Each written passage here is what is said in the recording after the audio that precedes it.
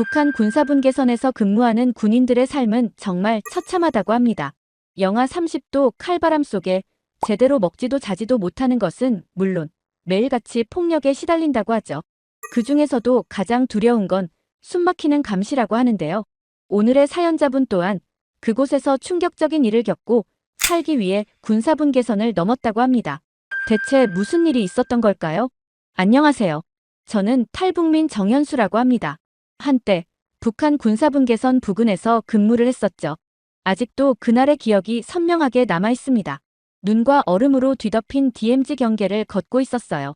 영하 20도를 넘나드는 추위에 몸은 이미 무감각해진 지 오래였죠. 그때 등 뒤에서 갑자기 들려온 소대장의 호통에 몸이 움찔했습니다. 저도 모르게 몸이 굳어버렸어요. 괜히 뒤돌아보면 더 맞을 것 같아서 그대로 서 있었죠. 소대장에게 사과의 말을 마치자마자 등에 군화가 날아왔습니다. 아픔보다 모욕감이 더 컸지만 표정 하나 바꾸지 않았어요. 벌써 3일째 제대로 된 잠도 못 자고 먹은 것이라곤 강냉이죽 반 공기뿐이었습니다. 이런 상태로 경계 근무를 서는 건 고통 그 자체였어요. 하지만 불평하면 더 맞을 뿐이었죠. 소대장은 항상 이유 없이 폭행하고 욕설을 내뱉으며 우리를 다그쳤습니다. 이곳의 모든 간부들이 그랬어요. 그들에게 우리는 인간이 아니라 그저 도구였습니다. 저는 다시 경계 초소로 향했어요. 발 아래 눈이 푹푹 빠지며 발목까지 차올랐습니다. 얇은 군화 안으로 눈이 들어와 발이 젖었지만 이미 반쯤 동상에 걸린 발은 차가움조차 느끼지 못했어요. 그냥 걸었습니다. 생각하지 않기 위해서. 우리 소대원 모두가 비슷한 상태였어요. 동상, 피멍, 탈진. 누군가는 영양실조로 쓰러져 병실에 누워있고 또 누군가는 간부의 폭행으로 걷지도 못하는 상태였습니다. 이번 달에만 3명의 전우가 세상을 떠났습니다. 2명은 영양실조와 병으로, 1명은 스스로 목숨을 끊었어요. 아니, 자살이라기보다는 자연스러운 죽음의 선택이었을지도 모릅니다. 창밖으로 새벽 하늘이 조금씩 밝아오고 있었어요. 곧 아침이 될 테지만 그렇다고 상황이 나아지는 건 아니었습니다. 아침이 와도 내일이 와도 우리의 지옥은 계속될 뿐이었죠. 저는 딱딱한 침상에 누워 천장을 바라봤습니다. 어머니와 동생 생각이 났어요. 그들도 지금 이런 고통 속에 살고 있겠죠.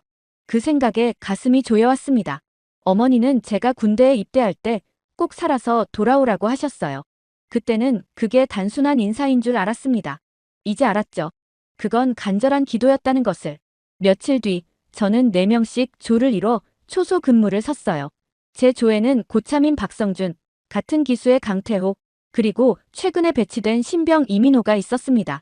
이민호는 19살 아직 어린 나이였죠. 순한 눈빛에 조용한 성격이었습니다. 누구에게나 친절했고 힘든 내색 없이 맡은 일을 묵묵히 해냈어요. 우리 부대에 온 지 1달 정도 됐지만 모두의 마음을 사로잡았습니다. 밤 11시 초소 안은 차가웠어요.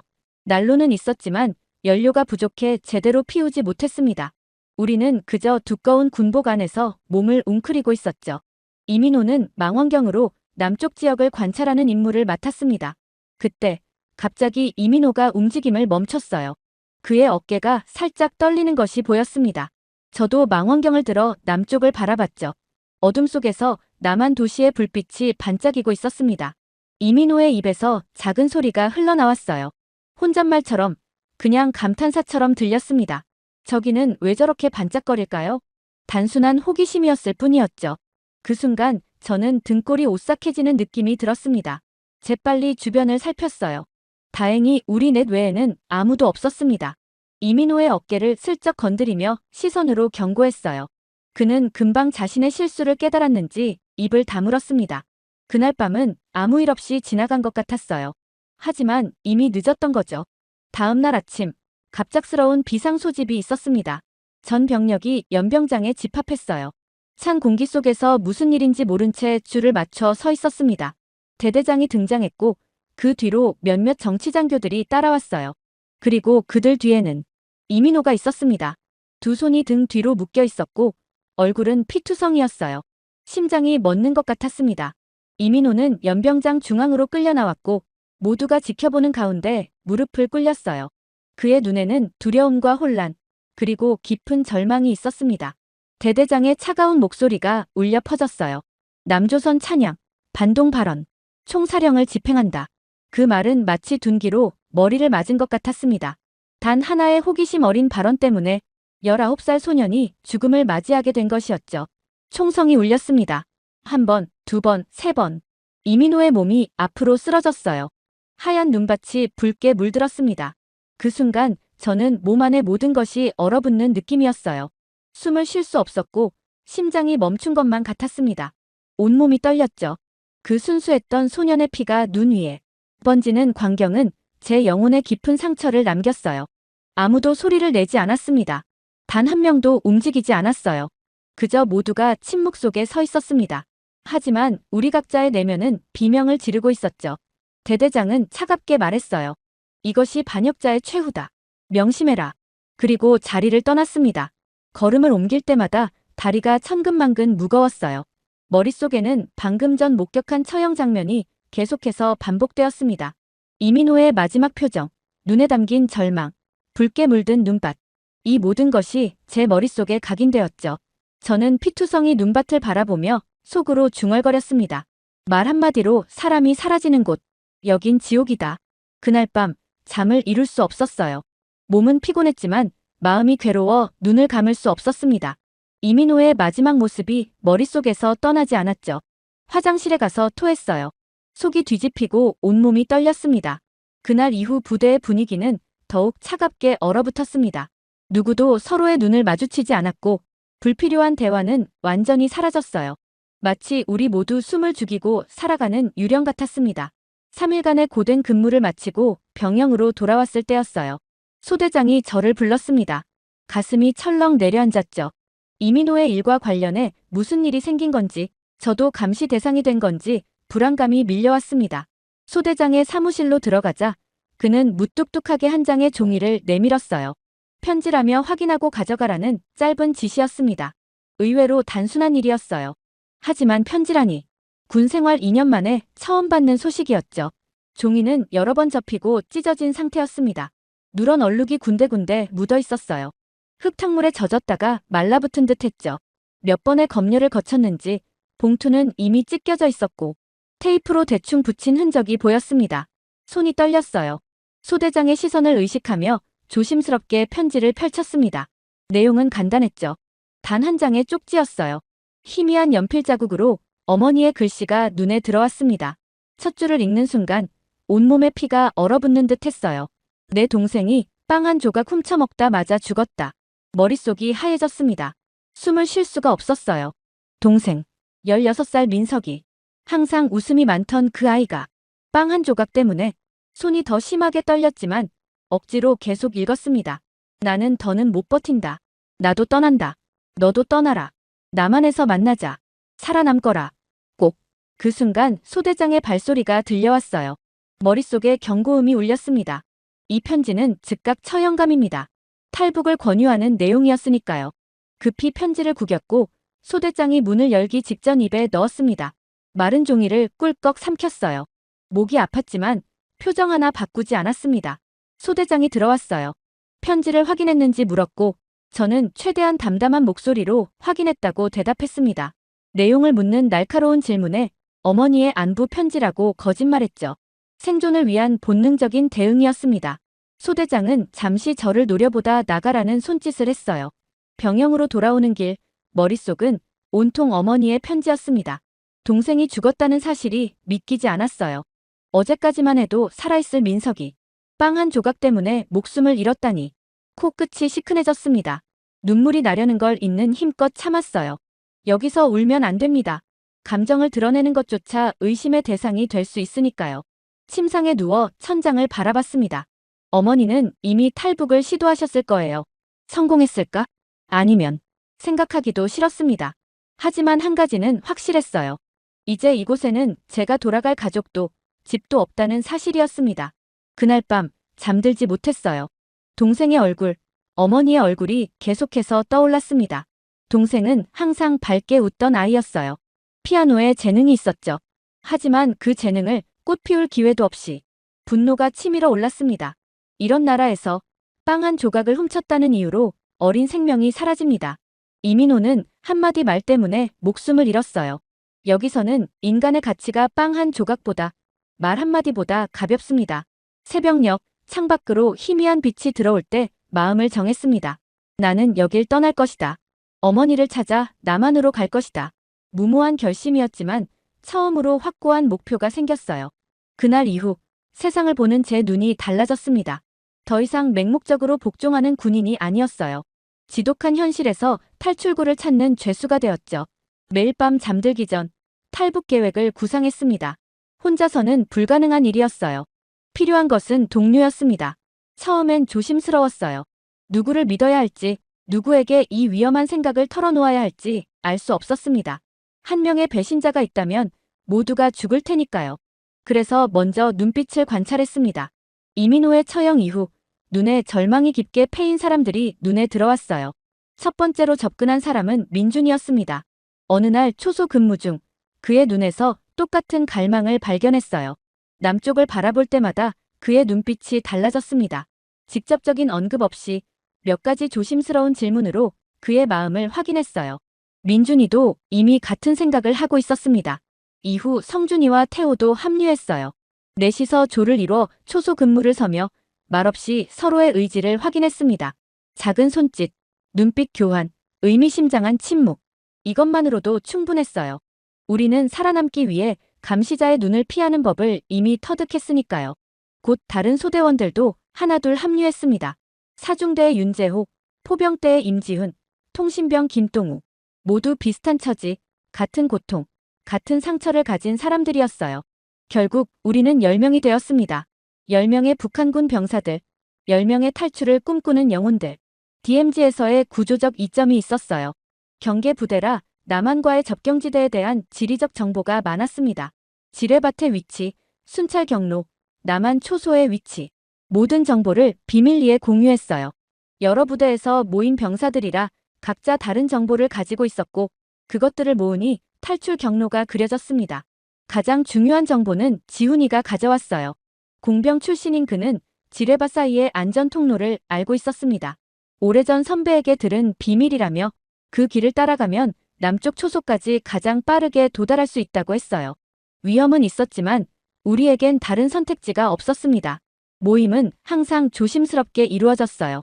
2명씩 짝을 지어 서로 다른 시간에 만났고 절대 한자리에 모이지 않았습니다. 쪽지를 주고받거나 특정 장소에 정보를 숨겨두는 방법으로 소통했어요.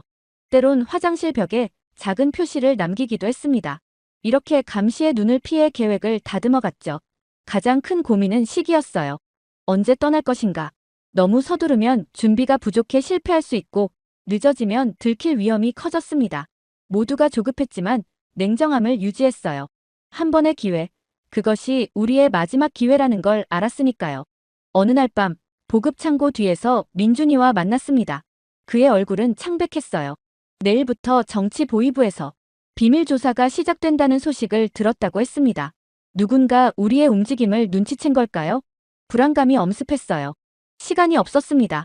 우리는 결단을 내려야 했어요. 그날 밤 제 당번 근무를 이용해 초소마다 암호를 전달했습니다. 기회가 오면 즉시 행동한다는 신호였어요. 몇 시간 안에 모든 동료들에게 메시지가 전달됐고 모두 동의했습니다. 이제 우리는 기회만 기다렸어요. 10명 모두 각자의 사연과 고통이 있었습니다. 누군가는 가족을 잃었고 누군가는 자유를 갈망했어요. 누군가는 그저 인간답게 살고 싶었고 누군가는 미래를 꿈꿨습니다. 하지만 우리 모두를 하나로 묶은 것은 이곳에서 벗어나고 싶다는 간절한 열망이었어요. 우리 중 누구도 남한에 대해 깊이 알지 못했습니다. 선전물을 통해 보여진 남한은 타락하고 가난한 곳이었어요. 하지만 이미 우리는 그 선전을 믿지 않았습니다. 밤하늘의 별처럼 빛나는 남쪽 도시들을, 자유의 땅을 보았으니까요. 매일 밤 잠들기 전 저는 동생과 어머니를 생각했습니다. 그들을 위해, 또 나 자신을 위해 이 모든 위험을 감수할 준비가 되어 있었어요. 이제 돌아갈 수 없었습니다. 앞으로 나아가는 길만 있었죠. 그러던 어느 날 갑자기 정치보위부의 조사가 시작되자 부대 전체에 긴장감이 감돌았습니다. 누가 표적인지 아무도 모르는 상황이었죠. 하루하루가 지옥 같았어요. 매 순간 들킬까 두려웠고 누군가 불려가 취조받는 모습을 볼 때마다 가슴이 철렁 내려앉았습니다. 우리 10명은 평소보다 더 조심스럽게 행동했어요. 서로 눈빛만으로 의사소통했고 최대한 자연스럽게 보이려 노력했습니다. 하지만 시간이 지날수록 불안감은 커져갔어요. 조사의 그물이 점점 좁혀지고 있었습니다. 그때 갑작스러운 명령이 내려왔어요. DMZ 인근 지뢰지대 수색 임무였습니다. 최근 남쪽에서 침투 시도가 있었다는 정보가 들어왔다며 대대 규모의 수색 작전을 실시한다는 내용이었죠. 수색대 명단을 확인했을 때 심장이 빠르게 뛰기 시작했어요. 우리 10명 모두가 포함되어 있었습니다. 마치 운명이 도와주는 것 같았죠. 이보다 더 완벽한 기회는 없었습니다. DMZ 최전방, 그것도 지뢰지대 수색이라니. 남쪽으로 넘어가기에 가장 이상적인 조건이었어요. 그날 밤 저는 잠들지 못했습니다. 내일이면 모든 것이 결정될 거라는 생각에 가슴이 터질 것 같았어요. 살아남을 수도 죽을 수도 있는 순간이 다가오고 있었죠. 두려움과 기대가 뒤섞인 감정이었습니다. 가방 깊숙한 곳에서 동생의 사진을 꺼내 바라봤어요. 마지막으로 보는지도 모른다는 생각에 가슴이 아팠습니다. 하지만 이미 결정된 일이었죠. 이 지옥에서 벗어나 자유를 찾기 위한 유일한 기회였으니까요. 수색 임무를 위한 장비 점검이 있었습니다. 각자 무전기, 비상식량, 지뢰 탐지기 등을 지급받았어요. 장비를 받으며 서로의 눈빛을 확인했습니다. 모두 긴장했지만 동시에 단단한 결의가 서려 있었어요. 수색 작전의 상세 계획이 발표되었습니다. 우리는 5개 조로 나뉘어 각기 다른 구역을 담당하게 됐어요. 처음에는 당황했지만 곧 이것이 오히려 유리하다는 것을 깨달았습니다. 흩어져서 시작하더라도 미리 정한 지점에서 합류할 수 있었으니까요. 계획을 수정했어요. 수색 시작 1시간 후 모두가 통신 두절을 가장하고 지정된 장소로 모이기로 했습니다. 그곳에서 함께 국경을 넘는 것이었죠. 위험한 도박이었지만 지금 아니면 영원히 기회가 오지 않을 수도 있었어요. 취침 시간이 되자 모두 침상에 누웠지만 아무도 잠들지 않았습니다. 각자의 자리에서 내일을 생각하고 있었겠죠. 누군가는 기도를 했을 테고 누군가는 가족을 떠올렸을 거예요. 누군가는 두려움에 떨고 있었을지도 모릅니다. 저는 천장을 바라보며 내일의 모든 가능성을 상상했어요. 성공하면 자유, 실패하면 죽음. 그 사이에 다른 선택지는 없었습니다. 온전히 둘 중 하나였죠. 그런데도 이상하게 마음이 평온했어요. 마침내 무언가를 선택할 수 있게 되었다는 사실이 위안이 되었을지도 모릅니다. 새벽녘 잠깐 눈을 붙였다가 기상나팔 소리에 일어났어요. 오늘이 바로 그날이었습니다. 운명의 날이었죠. 아침 식사는 평소보다 조금 더 풍성했어요. 수색 임무라 특별히 지급된 식량이었습니다. 마지막 식사가 될지도 모른다는 생각에 한 숟가락 한 숟가락을 음미하며 먹었어요. 집합 시간이 다가왔습니다. 전투복을 단정히 입고 장비를 점검했어요. 모든 준비는 끝났습니다. 이제 마음의 준비만 남았죠. 창밖으로 보이는 하늘은 맑았어요. 좋은 징조라고 생각했습니다. 연병장에 서서 출발 명령을 기다리는 동안 저는 문득 이곳에서의 삶을 돌아봤어요. 고통과 억압, 두려움과 절망. 그것이 제 삶의 전부였습니다.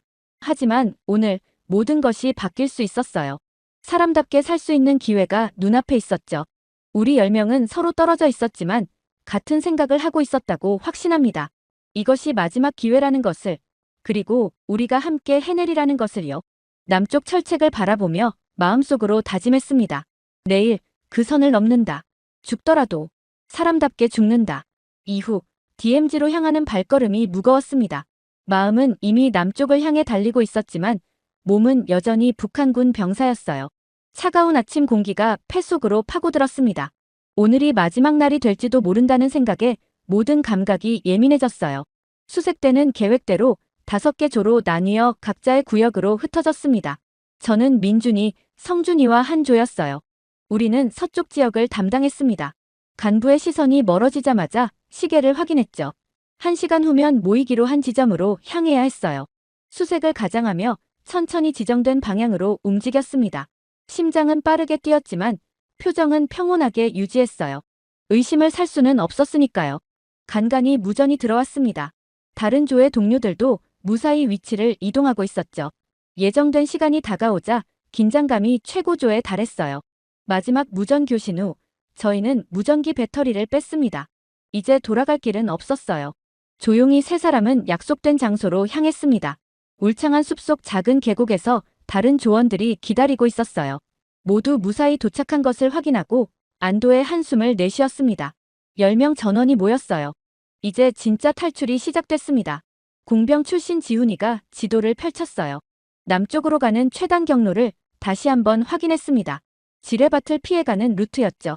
목표는 남한 초소까지 최대한 빨리 도달하는 것이었어요. 1분의 차이가 생사를 가를 수 있었습니다. 모두 결연한 표정이었어요. 마지막으로 서로의 눈을 바라보며 결의를 다졌습니다. 이 순간부터 우리는 북한군이 아니었어요. 자유를 찾아 달리는 10명의 사람일 뿐이었죠. 계곡을 빠져나와 남쪽으로 달리기 시작했습니다. 처음에는 숲속 그늘을 이용해 은신하며 이동했어요. 하지만 곧 트인 지대가 나타났고 그때부터는 속도가 중요했습니다. 최대한 빠르게 달렸어요. 갑자기 뒤에서 고함 소리가 들렸습니다. 누군가 우리를 발견한 거였어요. 북쪽에서 총성이 울려 퍼졌고 머리 위로 총알이 날아갔습니다. 이제 우리의 존재가 완전히 드러났어요. 숨을 필요가 없었죠. 오직 달리는 것만이 살 길이었습니다. 지뢰밭 근처에 이르자 지훈이가 앞장섰어요. 그의 안내에 따라 일렬로 줄지어 이동했습니다. 한 발자국 한 발자국이 생과 사를 가르는 순간이었죠. 지뢰를 밟으면 그 자리에서 즉사했어요. 조심스럽게 하지만 최대한 빠르게 움직였습니다. 절반쯤 지났을 때 뒤에서 비명이 들렸어요. 돌아보니 용호가 넘어져 있었습니다. 다리를 다친 것 같았죠. 2명이 재빨리 그를 부축했어요. 아무도 뒤에 남겨두지 않기로 약속했으니까요. 느려졌지만 10명 모두 계속 전진했습니다. 북쪽에서 추격대가 빠르게 접근하고 있었어요. 총성은 더 가까워졌고 이제 총알이 바로 옆으로 날아들었습니다. 숨이 턱에 차올랐어요. 다리는 천근만근 무거웠지만 멈출 수 없었죠. 멈추는 순간 모두 죽었을 테니까요. 드디어 지뢰밭을 빠져나왔습니다. 앞으로는 철조망만 넘으면 됐어요. 하지만 가장 위험한 구간이었죠. 노출된 상태로 철조망을 넘어야 했으니까요. 첫 번째 철조망에 도달했을 때 누군가 비명을 질렀습니다. 동우가 어깨에 총을 맞았어요. 하지만 그도 계속 앞으로 나아갔습니다. 철조망을 넘는 과정은 고통 그 자체였어요. 날카로운 철사가 살을 파고들었고 피가 흘러내렸습니다. 하지만 아무도 멈추지 않았어요. 고통보다 자유에 대한 갈망이 더 컸으니까요. 두 번째 철조망까지 넘자 남한 초소가 보였습니다. 이제 마지막 철조망만 남았어요. 추격대 총성은 계속됐고 몇몇은 이미 피투성이었지만 모두 살아있었습니다. 10명 전원이 아직 함께였어요. 마지막 철조망을 향해 달렸습니다.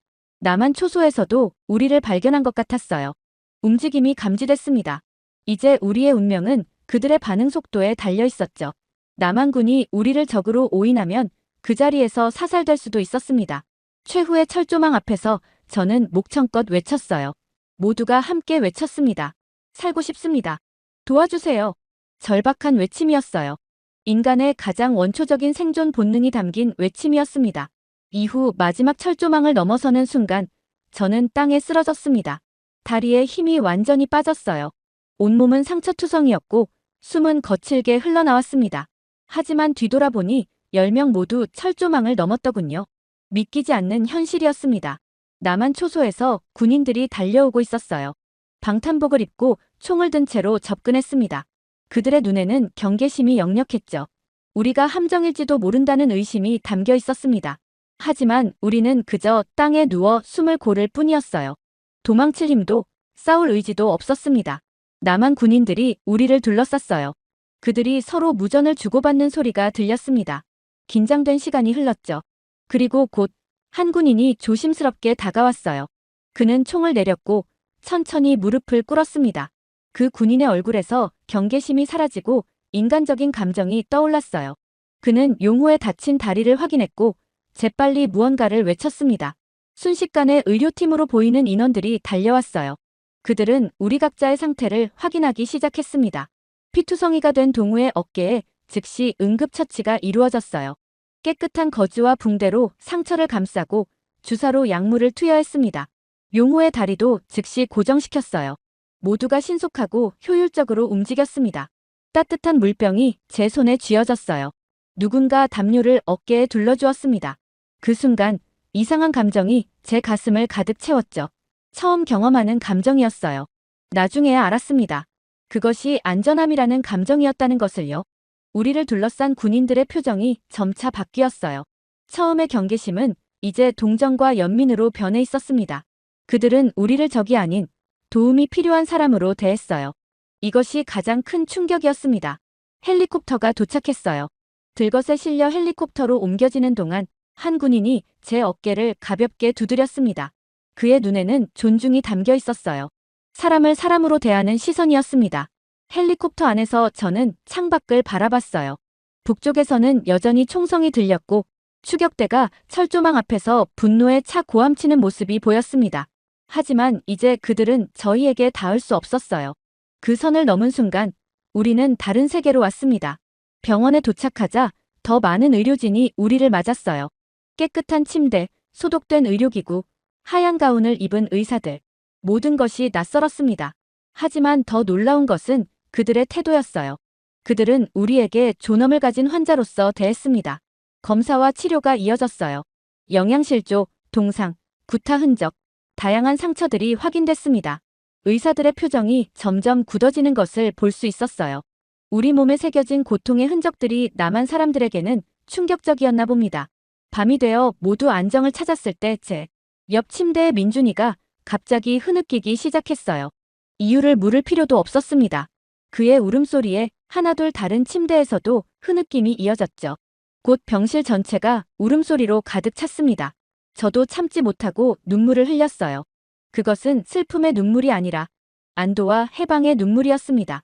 평생 억눌러왔던 감정이 한꺼번에 터져나오는 순간이었죠. 우리의 울음소리에 간호사가 병실로 달려왔지만 그녀는 아무 말도 하지 않았어요. 그저 조용히 옆에 서서 우리가 울음을 다 쏟아낼 때까지 기다려주었습니다. 인간적인 배려였죠. 나중에 민준이가 작은 목소리로 말했어요. 처음이라고. 우리가 사람 대접받은 게 처음이라고. 그 말에 모두가 고개를 끄덕였습니다. 우리 모두 같은 생각이었어요. 이후 병원에서의 치료가 끝나고 우리는 국가정보원 시설로 이동했습니다. 조사라는 단어에 처음에는 긴장했지만 이곳의 조사는 북한과 완전히 달랐어요. 위협이나 폭력 없이 존중받는 분위기 속에서 진행됐습니다. 우리의 신원과 탈북 경위, 북한에서의 경험을 물었지만 답하기 싫은 질문에는 대답하지 않아도 됐죠. 조사가 끝난 후 우리는 하나원으로 이동했습니다. 탈북민들의 남한 적응을 돕는 시설이었어요. 그곳에서 3개월간 한국 사회에 대한 교육을 받았습니다. 자본주의 경제, 민주주의 제도, 컴퓨터 사용법, 한국어 표현까지 모든 것이 새롭고 낯설었어요. 가장 어려웠던 건 자유의 개념을 이해하는 일이었습니다. 누군가의 허락 없이 결정을 내리고 자신의 의견을 자유롭게 표현한다는 것이 어색했어요. 처음으로 투표용지를 손에 들었을 때 그 종이 한 장이 가진 의미가 얼마나 큰지 실감했습니다. 우리 10명은 하나원에서도 함께 지냈어요. 서로에게 의지하며 새로운 환경에 적응해 나갔죠. 때로는 혼란스럽고 두려웠지만 함께였기에 버틸 수 있었습니다. 밤마다 모여 그날 배운 것들을 나누고 서로의 불안을 달래주었어요. 하나원 수료 후 우리는 각자의 거주지를 배정받았습니다. 서울, 부산, 대구 등 흩어질 뻔했지만 우리는 결정했어요. 10명 모두 서울 근교의 한 지역에 머물기로 했습니다. 다시는 헤어지지 않겠다는 약속이었죠. 정부에서 제공한 임대주택에 처음 들어섰을 때의 감정을 잊을 수 없어요. 작은 공간이었지만 그곳은 제 인생 최초의 내 집이었습니다. 깨끗한 물이 나오는 수도꼭지, 따뜻한 온돌, 24시간 공급되는 전기. 북한에서는 상상도 못했던 일상이었죠. 취업 준비가 시작됐어요. 남한 사회에서 살아남기 위해 기술을 배우고 자격증을 따야 했습니다. 저는 컴퓨터에 관심이 생겨 IT 기초과정을 배웠어요. 북한에서는 만져볼 기회조차 없었던 기계였지만 이제는 제 미래를 열어줄 도구가 되었습니다. 적응 과정은 순탄치만은 않았어요. 말투 때문에 놀림을 받기도 했고 문화적 차이로 오해를 사기도 했습니다. 편의점에서 물건 사는 법, 지하철 타는 법, 휴대폰 사용법까지 모든 것을 처음부터 배워야 했어요. 때로는 절망스럽고 포기하고 싶을 때도 있었습니다. 하지만 우리 10명은 서로에게 힘이 되어 주었어요. 주말마다 모여 한 주간의 경험을 나누고 서로의 어려움을 들어주었습니다. 함께 웃고 함께 울며 새로운 삶에 적응해 나갔죠. 우리는 가족이 되었어요. 탈북 1년 후 저는 작은 IT 회사에 취업했습니다. 처음으로 받은 월급으로 우리 10명이 함께 식사했어요. 그 자리에서 민준이도 물류회사 취업 소식을 전했고 태호는 운전면허를 땄다고 했습니다. 각자의 방식으로 새 삶을 일구고 있었어요. 그날 밤 집으로 돌아오는 길에 문득 하늘을 올려다봤습니다. 같은 하늘 아래 어머니도 살아계실까? 그 생각에 가슴이 아팠어요. 어머니에 대한 소식은 아직 없었습니다. 하지만 포기하지 않고 계속 찾고 있었어요. 그리고 드디어 2년 후 기적 같은 소식이 들려왔습니다. 어머니가 중국을 통해 탈북에 성공했다는 정보였어요. 심장이 터질 것 같았습니다. 떨리는 손으로 전화를 들었을 때 오랫동안 그리워했던 어머니의 목소리가 들려왔죠. 울음 섞인 목소리였지만 분명 어머니였습니다. 한 달 후 인천공항에서 어머니를 마주했어요. 앙상해진 모습이었지만 눈빛만은 여전했습니다. 서로를 껴안고 한참을 울었어요. 동생의 죽음을 함께 슬퍼했고 새로운 시작을 위한 용기를 나눴습니다. 이제 우리 가족은 서울 외곽의 작은 아파트에서 함께 살고 있어요. 아침마다 일어나 창밖으로 보이는 도시의 풍경이 아직도 꿈만 같습니다. 때로는 악몽에 시달리며 과거의 기억에 괴로워하기도 하지만 매일 아침 눈을 뜰 때마다 감사함을 느껴요. 오늘도 출근길에 만난 10명의 동료들과 함께 카페에 모였습니다. 어느새 5년이라는 시간이 흘렀어요. 이제 우리는 모두 대한민국 국민입니다. 투표권도 있고 여권도 있으며 무엇보다 자유가 있습니다. 아직 갈 길이 멀지만 우리는 이미 가장 높은 벽을 함께 넘었어요. 충격적인 소식입니다. CIA의 첩보에 의하면 김정은이 숙청될 수도 있다는 이야기가 고위층 내부에 돌고 있다고 합니다. 최근 김주애마저 모습을 잘 보이지 않으면서 김씨 일가의 다음 후계자에 대한 불안 또한 커지고 있다고 하는데요. 더 놀라운 건 중심에는 김여정이 있다는 사실이죠. 대체 무슨 일이 일어나고 있는 건지 뉴스에서도 공개되지 않은 오늘의 사연 지금부터 전해드립니다.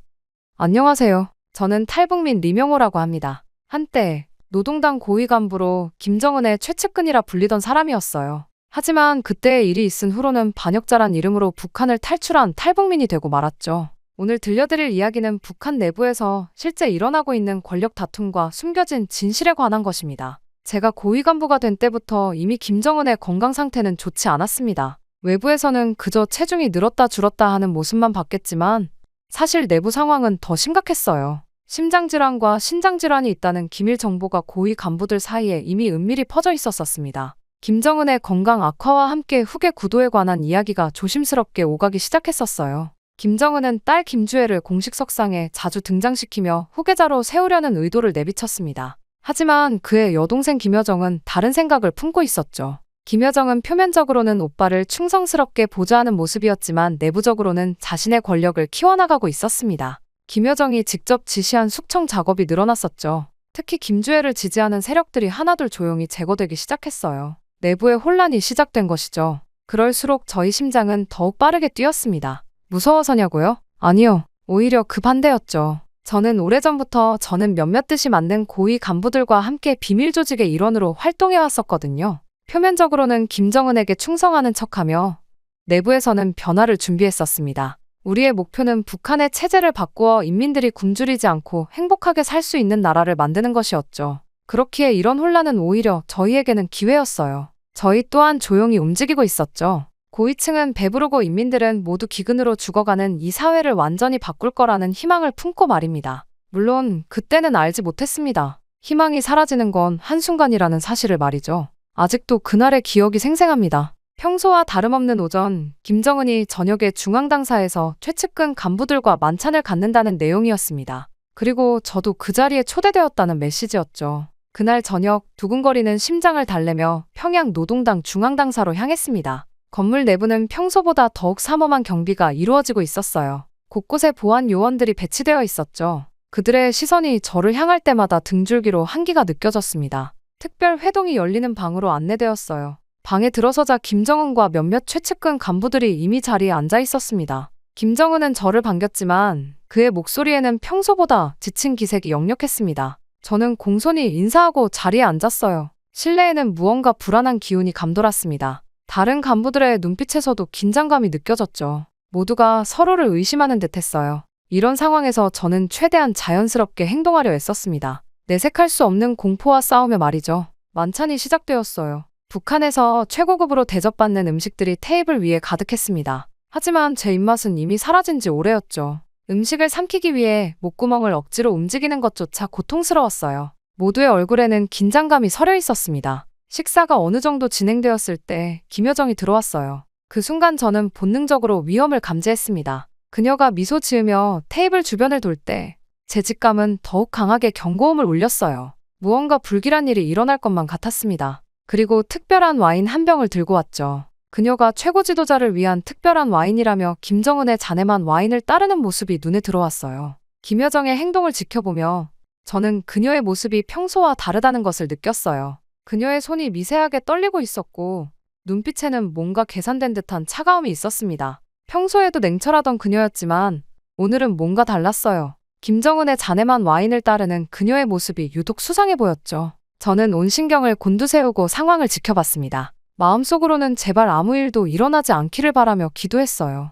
김정은이 와인잔을 들어올리려는 순간 갑자기 김여정이 그의 손을 제지했어요. 저는 순간 숨을 멈췄습니다. 이게 무슨 상황인지 이해할 수 없었어요. 그녀는 와인이 이상하다며 다른 것으로 바꾸자고 제안했습니다. 최고 지도자님, 와인이 좀 이상합니다. 다른 걸로 바꾸는 것이 좋을 것 같아요. 그 순간 김정은의 눈이 가늘어졌어요. 그의 표정에서 의심이 읽혔습니다. 저는 혼란스러웠습니다. 저는 김여정이 무슨 게임을 하고 있는 건지 이해할 수 없었어요. 직접 독약을 탄 와인을 왜 마시지 말라고 하는 걸까? 머릿속이 복잡해졌습니다. 결국 김정은은 옆에 있던 젊은 비서에게 와인을 마시게 했어요. 비서는 얼굴이 하얗게 변했만 거부할 수 없었죠. 그 순간 저는 위기감과 동시에 이것이 모두 계획된 일이라는 직감이 들었어요. 마치 무대 위의 배우들처럼 모두가 각자의 역할을 수행하는 것 같았습니다. 비서가 떨리는 손으로 와인잔을 들어 한 모금 마셨어요. 처음에는 아무 일도 없는 듯 했어요. 하지만 10분 후 그 비서의 얼굴이 갑자기 파랗게 변하기 시작했습니다. 그는 가슴을 부여잡더니 바닥에 쓰러졌어요.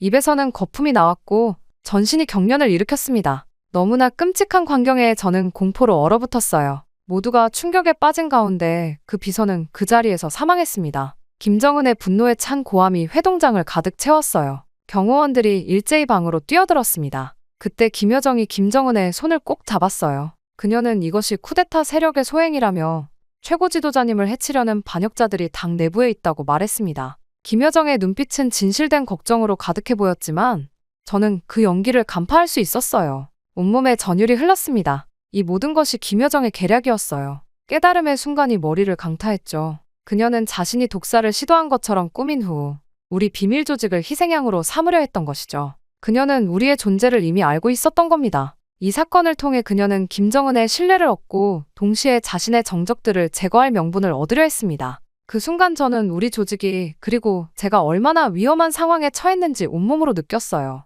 생존의 본능이 경고음을 울렸습니다. 이대로는 모두가 죽는다는 절박한 깨달음이 밀려왔어요. 그날 밤 저는 와인 사건의 충격에서 벗어나지 못했어요. 겉으로는 평정을 유지했지만 내면은 폭풍우 치는 바다와 같았습니다. 그 자리에서 살아나온 것만도 다행이라 여기며 집으로 돌아왔죠. 밤새 눈을 붙이지 못했어요. 머릿속으로는 계속해서 그 비서의 고통스러운 죽음이 반복해서 재생되었습니다. 새벽녘에 전화가 울렸어요. 조직의 연락책이었죠. 그의 목소리는 떨렸습니다. 김정혁 동무와 박성묵 동무가 체포되었습니다. 자정 무렵 보위부에 연행되었어요. 마치 얼음물을 뒤집어 쓴 것 같았습니다. 그들은 우리 비밀 조직의 핵심 멤버였어요. 둘 다 군부에서 중요한 위치에 있던 인물들이었죠. 그들이 체포되었다는 것은 우리 계획이 완전히 탄로났다는 의미였습니다. 가슴이 무너져 내리는 듯한 절망감이 몰려왔어요. 아침 뉴스에서는 국가 반역자들에 대한 척결이라는 제목으로 연일 숙청 소식을 전했습니다. 김여정의 지시로 반체제 인사들에 대한 수색과 체포가 전국적으로 이루어지고 있었어요.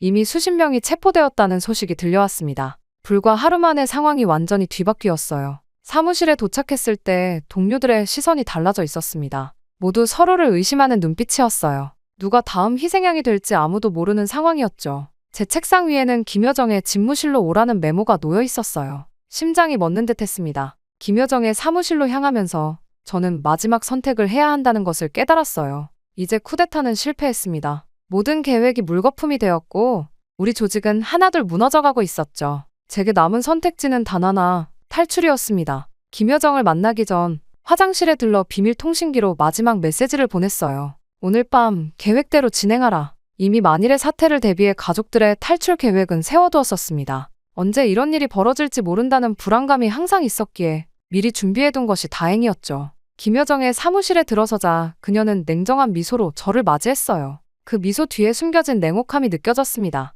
그녀의 책상 위에는 제 이름이 적힌 서류 더미가 놓여 있었어요. 저에 대한 조사 자료였죠. 등골이 오싹했습니다. 리명호 동무, 어제 일은 정말 끔찍했죠. 최고 지도자님께서 얼마나 위험에 처하셨는지. 그녀의 말에 저는 최대한 침착함을 유지하려 노력했어요. 그녀가 저를 시험하고 있다는 것을 알았습니다. 하나라도 실수하면 즉시 체포될 상황이었죠. 그녀와의 대화 내내 저는 마치 얇은 얼음 위를 걷는 듯한 긴장감을 느꼈어요. 무사히 자리를 빠져나온 후 저는 즉시 행동에 옮겼습니다. 사무실에서 몇 가지 중요한 서류를 챙기고 평소와 같이 퇴근했어요. 하지만 집으로 향하는 길, 저는 여러 번 방향을 바꾸며 감시에 눈을 따돌렸습니다. 누군가 저를 미행하고 있다는 느낌이 강하게 들었어요. 집에 도착하자 아내는 이미 짐을 싸고 있었습니다. 아내의 눈빛에서 불안과 두려움이 읽혔어요. 우리의 두 아이들은 무슨 일이 일어나고 있는지 이해하지 못했지만 부모의 긴장감을 느끼고 조용히 있었습니다. 오늘 밤 떠나야 해. 더 이상 시간이 없어. 아내에게 상황을 간략히 설명했어요.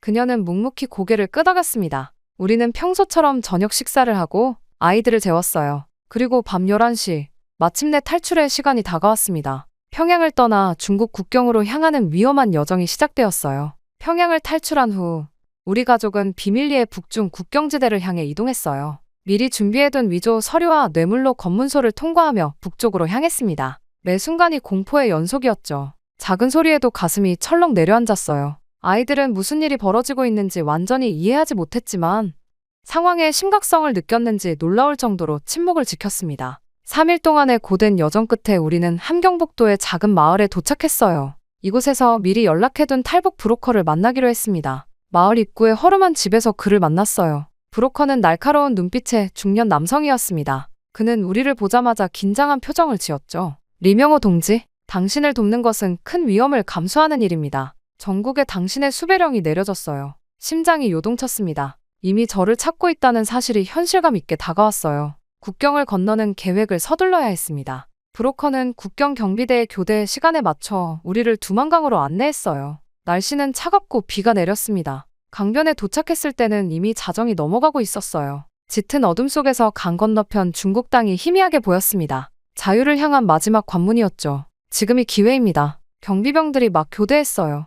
약 20분 동안 감시가 소홀해질 겁니다. 브로커의 말에 우리는 간단한 고무보트에 올랐어요. 비에 젖은 두만강의 물살은 예상보다 거셌습니다. 아내는 떨리는 손으로 아이들을 꼭 붙잡았고 저는 필사적으로 노를 저었어요. 강물이 보트 안으로 조금씩 스며들어 오는 것이 느껴졌지만 멈출 수는 없었습니다. 강 중간쯤 왔을 때 갑자기 북한 쪽 강변에서 강한 성광이 일었어요. 우리를 발견한 것이었습니다. 순간 총성이 울렸고 물 위로 탄환이 튀었어요. 아이들이 공포에 질려 울음을 터뜨렸습니다. 저는 더욱 필사적으로 노를 저었어요. 죽음과의 아슬아슬한 경주였습니다. 엎드려요. 모두 엎드려. 제 외침에 가족들은 보트 바닥에 납작 엎드렸어요. 총알이 머리 위로 슉슉 지나갔습니다. 마치 영원처럼 느껴지는 시간이 흘러 마침내 중국 쪽 강변에 도착했어요. 우리는 서둘러 보트에서 내렸고 젖은 옷을 입은 채로 언덕 위로 기어올랐습니다. 뒤에서는 여전히 총성이 들렸어요. 중국 영토에 발을 디디는 순간 불현듯 눈물이 쏟아졌습니다. 생사의 갈림길에서 살아남았다는 안도감, 조국을 떠난다는 슬픔, 앞으로의 불확실한 미래에 대한 두려움, 복잡한 감정들이 한꺼번에 밀려왔어요. 하지만 안도할 시간은 없었습니다. 우리는 서둘러 미리 정해둔 은신처로 향했어요. 중국 땅이라고 해서 안전한 것은 아니었습니다. 중국은 탈북자를 북한으로 강제 송환하는 정책을 유지하고 있었죠. 밤새 숨어 이동한 끝에 작은 농가에 도착했어요. 브로커가 미리 연락해둔 조선족 가정이었습니다. 그런데 다음 날 아침 갑작스러운 노크 소리에 우리는 깜짝 놀랐어요. 창문 밖으로 중국 공안의 제복이 보였습니다. 누군가 신고를 한 것이 분명했어요. 숨을 곳은 없었습니다. 저희 가족은 작은 옷장 안에 숨었지만 곧 발각될 것이 뻔했죠. 공안들의 발소리가 점점 가까워졌어요. 저는 마지막 희망으로 미리 준비해둔 돈 뭉치를 꺼냈습니다. 북한 고위 간부의 특권으로 모아둔 외화였죠. 이것이 우리 가족의 마지막 생존수단이었어요. 중국 공안에게 발각될 위기에서 준비해둔 외화가 빛을 발했어요. 공안 책임자는 처음에는 거절하는 척했지만 결국 제가 건넨 두툼한 달러 뭉치를 받아들였습니다.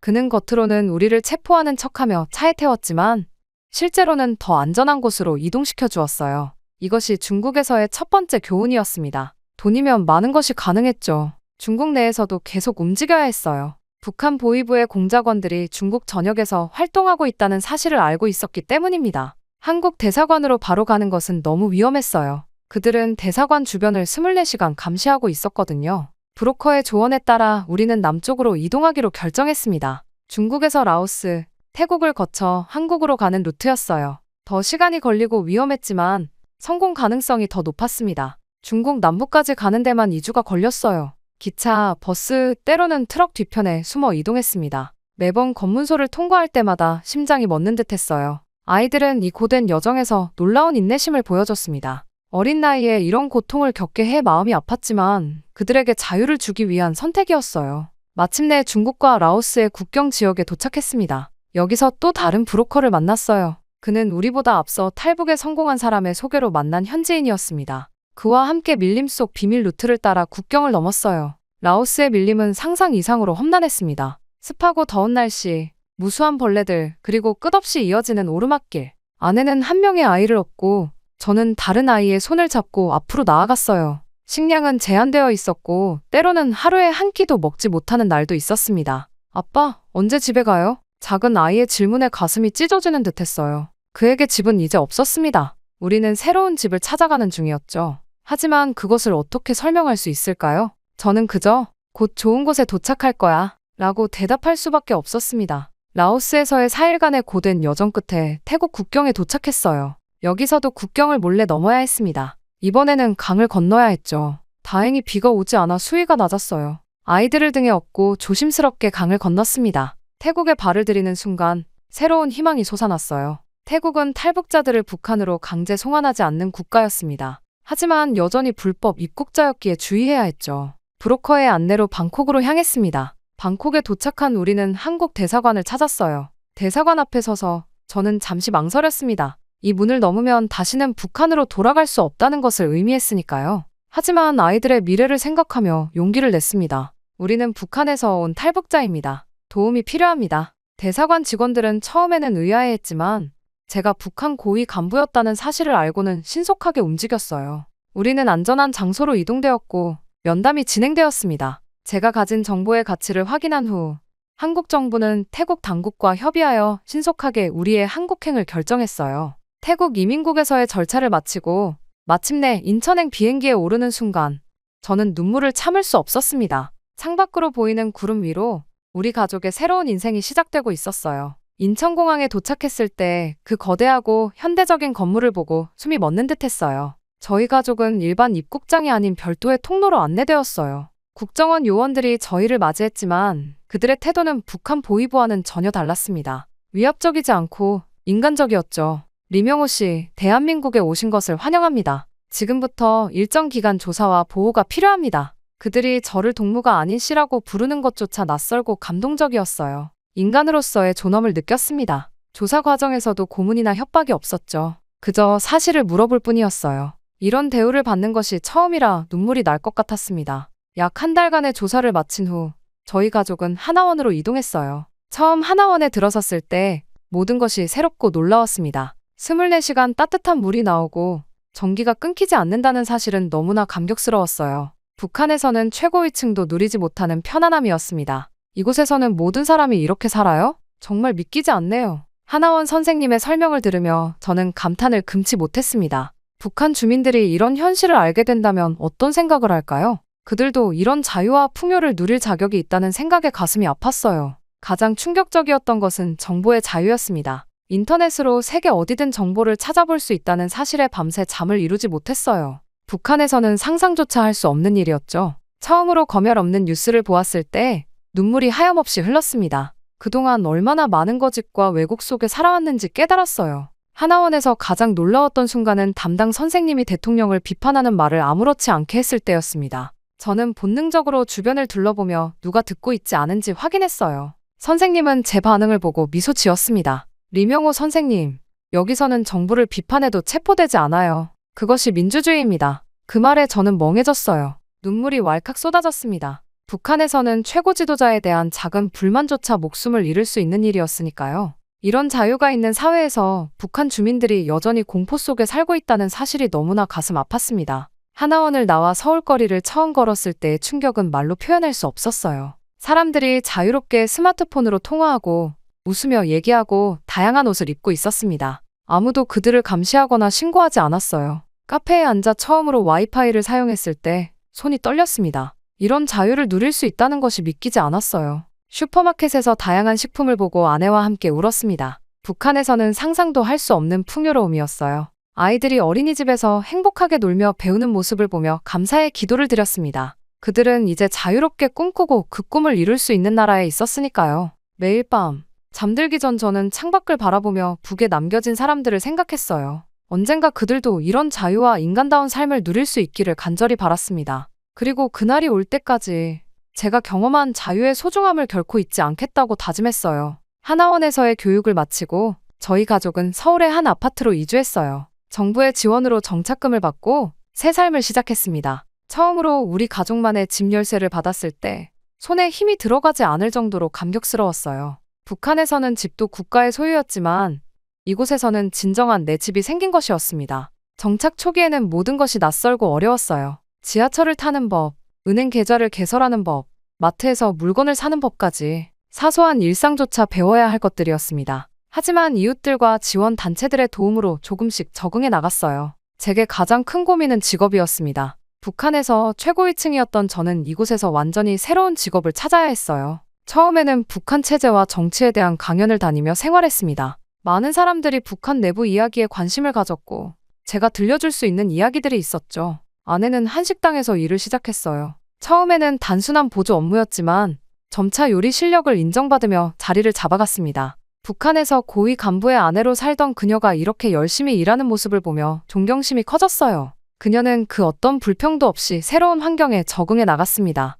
아이들은 학교에 다니기 시작했어요. 처음에는 말투와 배경 지식의 차이로 어려움을 겪었지만 아이들 특유의 적응력으로 빠르게 친구들을 사귀었습니다. 북한에서 배운 것과 한국의 교육 내용이 달라 공부에 어려움을 겪기도 했지만 선생님들의 특별한 관심과 도움으로 점차 나아졌어요. 아빠, 오늘 수학시험에서 90점 받았어요. 아이의 기쁨에 찬 얼굴을 보며 이 모든 고난이 같이 있었다고 생각했습니다. 북한에 남았다면 결코 누릴 수 없었을 자유와 기회가 이곳에 있었으니까요. 정착한 지 약 1년 후 저는 한 북한 인권단체에서 일하게 되었어요. 북한 주민들의 인권 상황을 알리고 탈북민들의 정착을 돕는 일이었습니다. 제 경험이 누군가에게 도움이 된다는 사실이 큰 위안이 되었어요. 특히 최근 탈북한 분들이 저를 만나 희망을 얻어갈 때 깊은 보람을 느꼈습니다. 리명호 씨 덕분에 저도 용기를 얻었어요. 감사합니다. 이런 말을 들을 때마다 북한을 떠나온 결정이 옳았다는 확신이 들었어요. 물론 어려운 날들도 많았습니다.